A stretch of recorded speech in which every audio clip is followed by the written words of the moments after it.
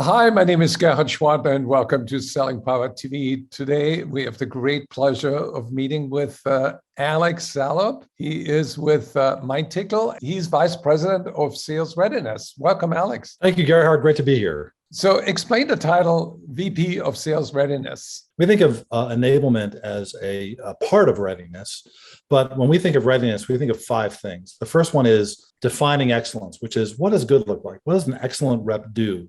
And then we have this idea of building knowledge, which is typical enablement. And then how do you align content? How do you make just-in-time content available for salespeople? And then how do you analyze the performance about how they do in the field? And then finally, how do you use coaching to optimize their behaviors?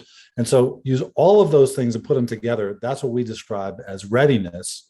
And so when we're thinking about what we do internally, it would make sense for us to have a vice president of readiness, which is how I got to where I am today. You have developed something really new and exciting, which is the ideal rep profile. Tell us about it. Lots of companies, when they go to market, they spend a lot of time thinking about their ideal customer profile. What are the attributes of the companies we sell to? How big are they? What industry they're in? And so on. And that's obviously really important to do. But it's also really important to recognize the fact that sales interactions are becoming more and more important because there are so few of them relative to how people buy. So when salespeople get to talk to their buyers or interact with their buyers, it's really important for them to make sure that they put their best feet forward.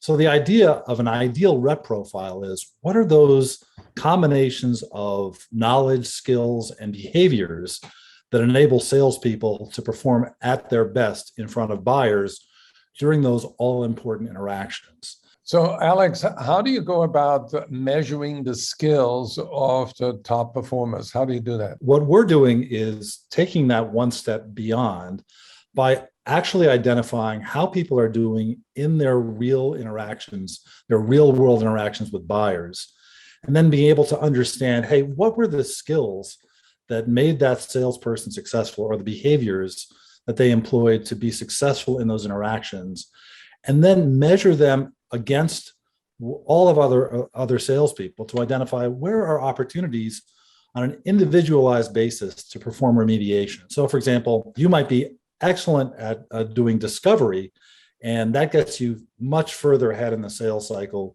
because of it, and maybe I'm not quite as good at that. We can not only identify that's a skill that's important, but we can also start attributing that skill to the income or the revenue that you generate as part of the sales process. So you do an inventory of the skills. Now, the next piece of magic is when you onboard new salespeople, how do you make sure that they acquire those specific skills that makes them successful? And how do you coach them to keep them that way? So knowledge, if you're a basketball fan, so knowledge is watching a YouTube video about, a guy shooting jump shots, right? Skills is going to the practice court and shooting those jump shots. And behaviors is you're in a game, there's a guy that's all over you, and now you've got to shoot that shot, right? So what we're really doing is we're taking not just the knowledge and skills that a lot of organizations care about, but also behaviors, right, that demonstrate, what good looks like, and then applying them to programs. And so what we do is enable you to build programs that are focused on those behaviors that win deals, and then provide individualized assessments and role plays and spaced reinforcements, and check how you're doing against those key things that you need to be successful, and then provide individualized remediation at scale. So Alex isn't so good at discovery. He showed that during one of the exercises that we had him do.